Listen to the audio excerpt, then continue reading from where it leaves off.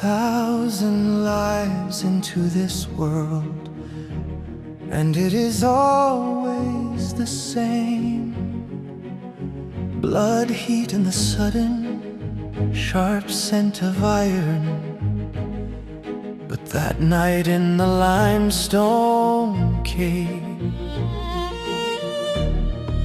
the air didn't just feel cold, it felt thin, like the veil between always and now had worn through to a single thread.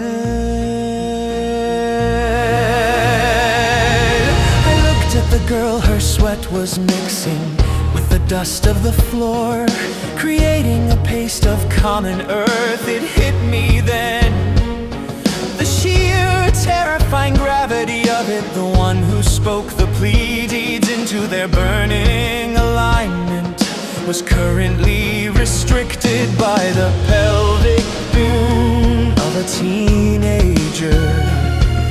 The architect of the sun was being squeezed by the physics of his own design.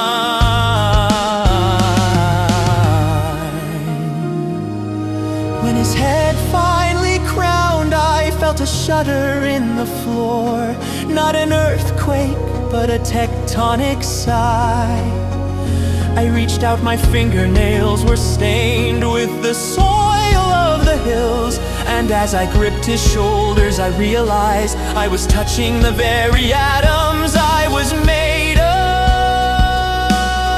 I was the clay holding the potter. He came out covered in the vernix, that white waxy coating of the womb. To anyone else, he looked like a messy, fragile thing, but to me, he looked like the first light of a dying star. When I cleared his lungs and he took that first gulp of our nitrogen and oxygen, I felt the oxygen in my own blood ignite. He wasn't just breathing Bethlehem's air, he was reclaiming it. Every molecule he pulled in was being re-sanctified. I wrapped him in the swaddling bands tight to keep the tremors away, and I swear, for a heartbeat, I didn't see a baby, I saw the entire history of human grief being folded up and tucked into a manger.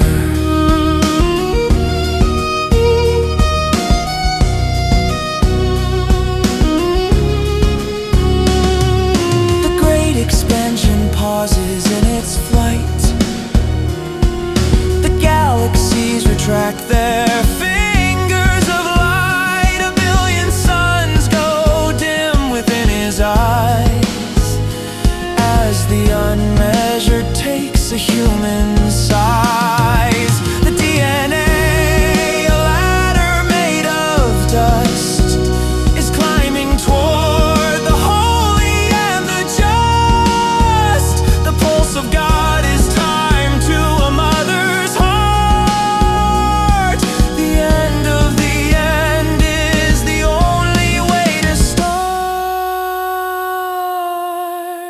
The singularity, the point of no return, where the frost of our winter meets the fire that won't burn. He's the math behind the thunder, now crying for the breast. The infinity of motion has entered into rest. The micro and the macro in a knot of holy skin.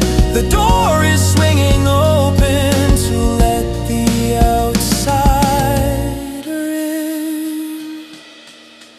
taste the salt of a world that's gone to seed.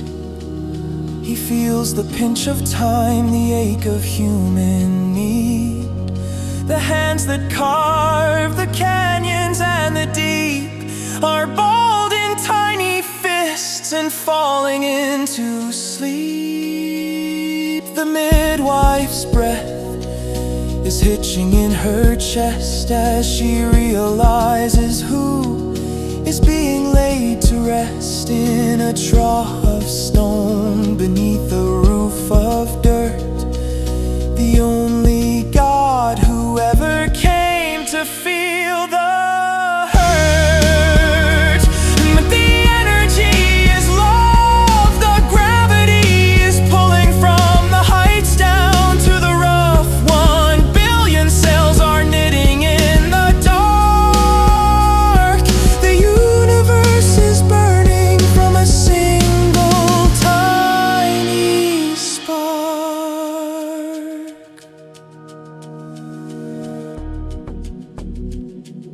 I washed my hands in the basin afterward.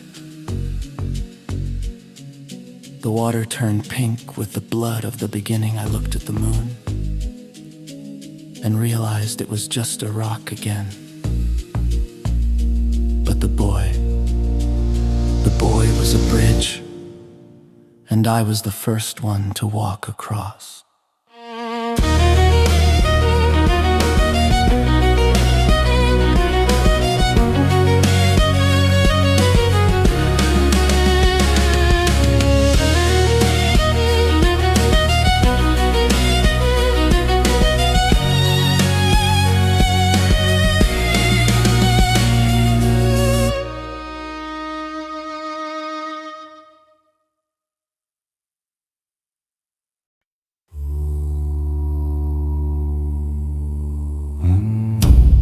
I used to watch him through the open slats of the workshop.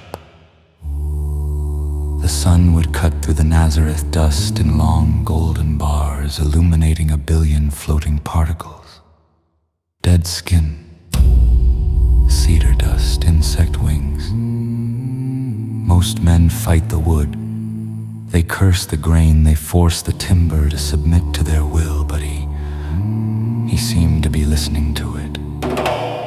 He would run his thumb over a piece of rough-cut sycamore, and you could see he wasn't just checking for splinters. He was feeling the cellular memory of the tree. He knew the rings. He knew the years of drought that made the wood brittle and the years of flood that made it soft. One afternoon I saw him holding a simple wooden yoke. He was sanding the inner curve where it would rest on the neck of an ox. He spent hours on a fraction of an inch. I asked him why such care for a beast of burden. He didn't look up, but he smiled, and his voice sounded like the deep resonant hum of a bell. He said the friction of the world is enough. The work of my hands should be a rest. It hit me then, the sheer, terrifying humility. Here was a man whose mind likely held the blueprints for the architecture of the nervous system, the spiral of the Andromeda galaxy, the precise math of a hummingbird's wing. And he was using that same mind to calculate the perfect angle of a dovetail joint. He was the great engineer, submitting himself to the limitations of a handsaw and a blunt chisel. He wasn't just making furniture, he was sanctifying the very act of existing.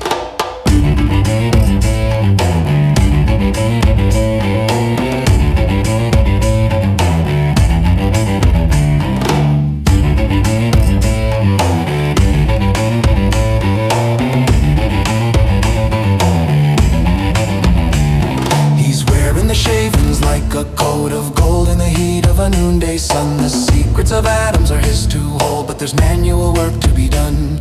He feels the resistance of the stubborn grain, the knots where the sap ran dry. The architect's hands are stained with the stain of a world that was born to die. He's the master of friction, the lord of the lathe, and the smell of the resin and cedar. Teaching the wood how to bend and be safe. The king is a common laborer. Every shaving that falls is a prayer in the dirt. Every sweat drop a holy libation. He's healing the earth where it's jagged and hurt, in the workshop of all of creation.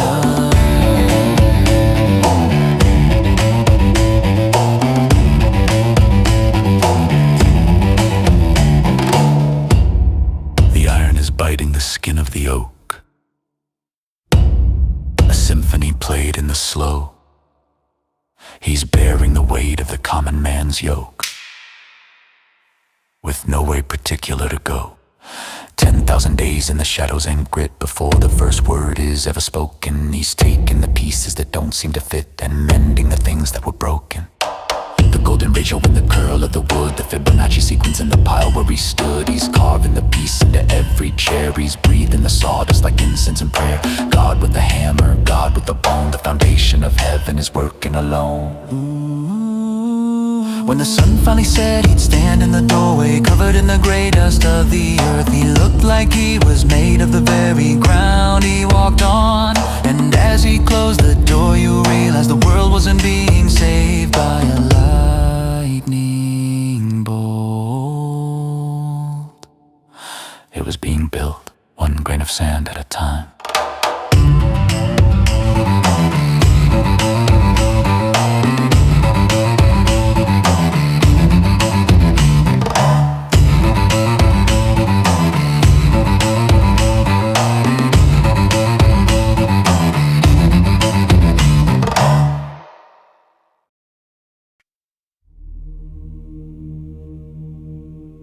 The water wasn't clear. People think of a silver stream,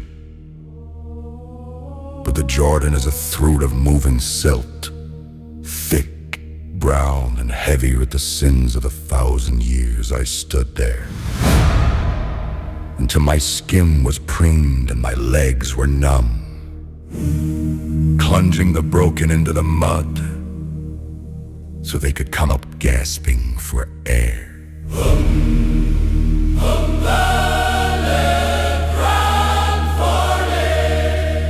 He didn't walk like a king, he walked like a man who knew exactly how much the earth weighed when he stepped into the river.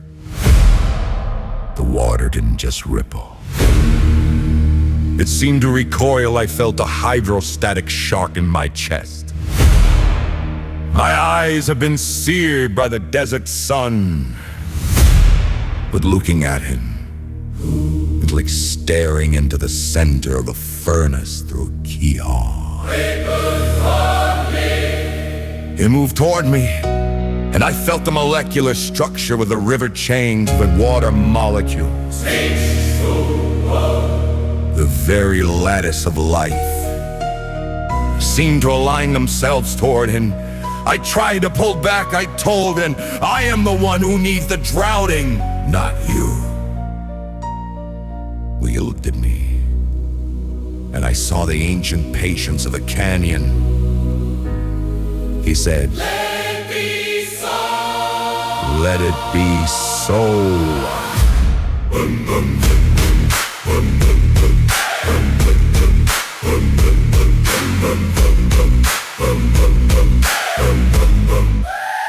When I pushed him under, the world went silent for that 1 second. The river stopped flowing, the gravity of the planet shifted its axis, and when he broke the surface, the sky didn't just open, it tore. It was a literal whip in the fabric of the dimension, a sound like silk and thunder. And a light that didn't come from a sun poured through the breach. It wasn't a bird that descended, it was the very breath that moved over the deep in the beginning, settling on him like a mantle of living fire. The silt is swirling round his knees. The ghost of every ancient disease is washed away in the heavy flow as the king to high descends to lows. A riverbed, it isn't graveyard of stones, but the spirit is knitting the marrow and bones. The water is heavy, the water is dark, waiting for the strike of the infinite spark. And the sky is screaming, this is my son. The battle is joined, the work is begun. A tear in the curtain, a hole in the veil. The light is a hammer, the light is a nail. He's dripping with mud, and he's soaked to the core. But be hearse doesn't look like it did just before. The breach in the blue is a doorway of praise, and we're looking at God in a human face. The dragonfly cover in a halo of glass as the shadows of empires and centuries pass. He's standing in line with the thief and the slave, the master of life in a watery grave. The Father is speaking in a frequency high that rattles the earth and the roots in the sky. The atoms are dancing, the electrons are spun in the radiant lay in wake of the Holy One. The voice is a lion, the voice is a dove. The physics of laugh are swallowed by love. 70 water, 100 flame. The universe finally remembers his name.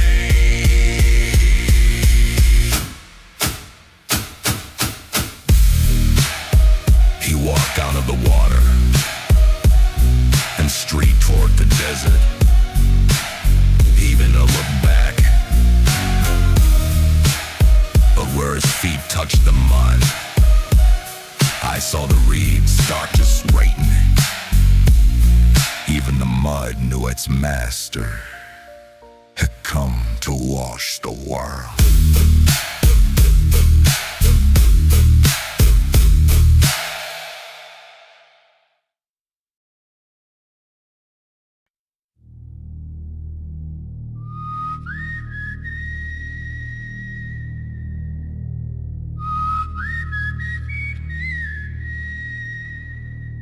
I've been here since the heat of the first morning.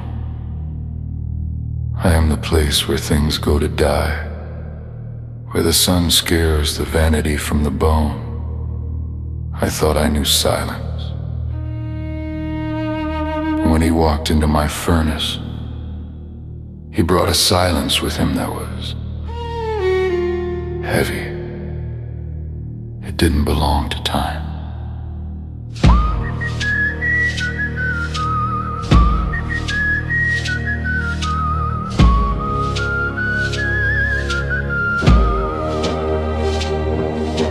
For 40 days, I watched his biology begin to unravel. I saw the autophagy, the way a body begins to consume itself when the bread runs out his skin, turn the color of the scorched earth.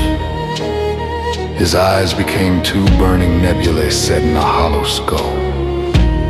He was becoming a ghost in a kingdom of ghosts. Then the shadow appeared. It didn't come from outside, it coalesced from the heat haze. The tempter spoke, and his voice was the sound of a landslide, smooth and terrifying. He pointed to the stones, the basalt and the limestone, rich in silicates but void of life. He said, why suffer the physics of starvation? He wrote the laws of matter, rearranged the atoms, turned a stone to bread. The man didn't even flinch. He looked at the stone as if he saw the subatomic dance within it. He knew he could command the electrons to shift, to turn carbon and mineral into carbohydrate. But he wouldn't, he chose to feel the hunger, to let the entropy have its way with his flesh, because he was anchoring himself to the human struggle. He wasn't just resisting a meal, he was refusing to cheat the reality of being a man. He spoke and his voice cracked the very air. Man does not live by the chemistry of bread alone. The desert shivered for the first time in the neon. The stones felt ashamed.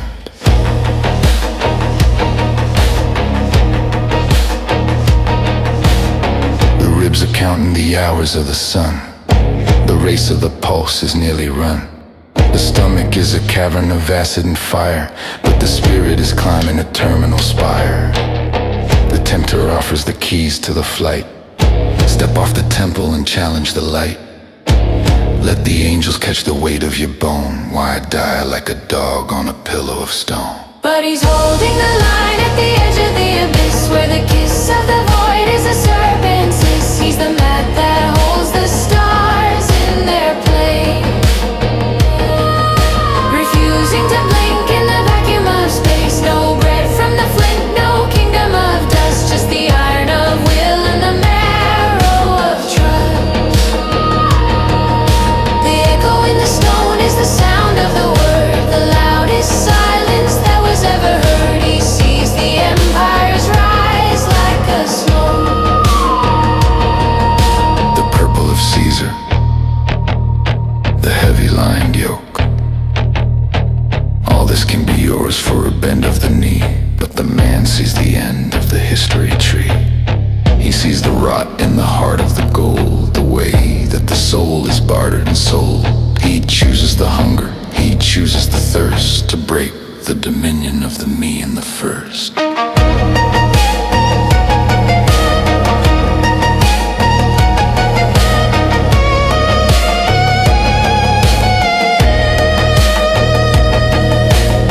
The second atom in the dust of the first, reversing the hunger, quenching the thirst. Zero plus God, infinity. The math of the desert is divinity. He's starving the flesh to feed the soul, making the broken universe whole.